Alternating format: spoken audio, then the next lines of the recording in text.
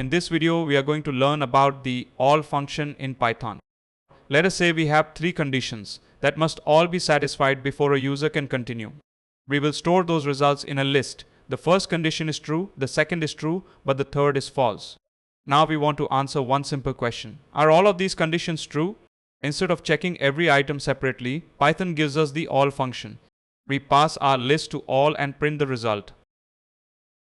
Let us run the program. The output is false.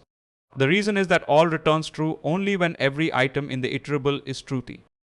Since the third item in the given list is false, all function return false. An iterable is simply something we can go through item by item, such as a list, tuple, or set. So the syntax is all, followed by the iterable inside parentheses. In our case, we passed a list of Boolean values. Now let us change the third value from false to true and run the program again. This time, the output is true. So all three values are true, which means all returns true.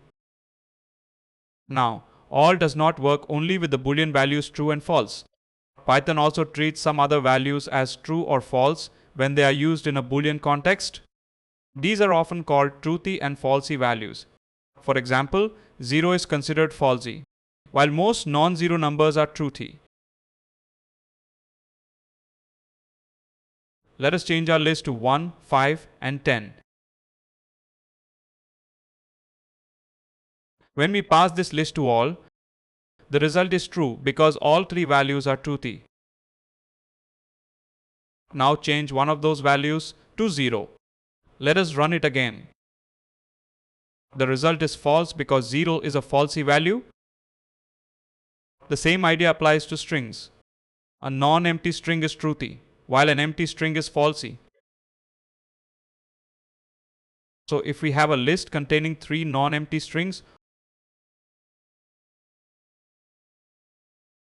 all function returns true because all the items in the given list are Truthy. But if one of those strings is empty, all returns false. There is one more case that is useful to know.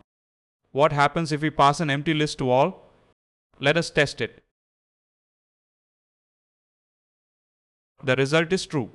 This may look unusual at first, but all is essentially checking whether it can find any falsy item.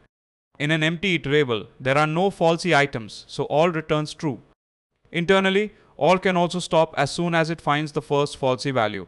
It does not need to continue checking the remaining items because the final result is already known.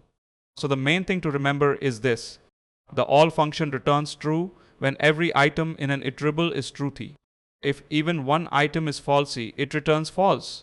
And for an empty iterable, it returns true. If you like the content, please like the video and subscribe to our Program Guru channel for more Python tutorials.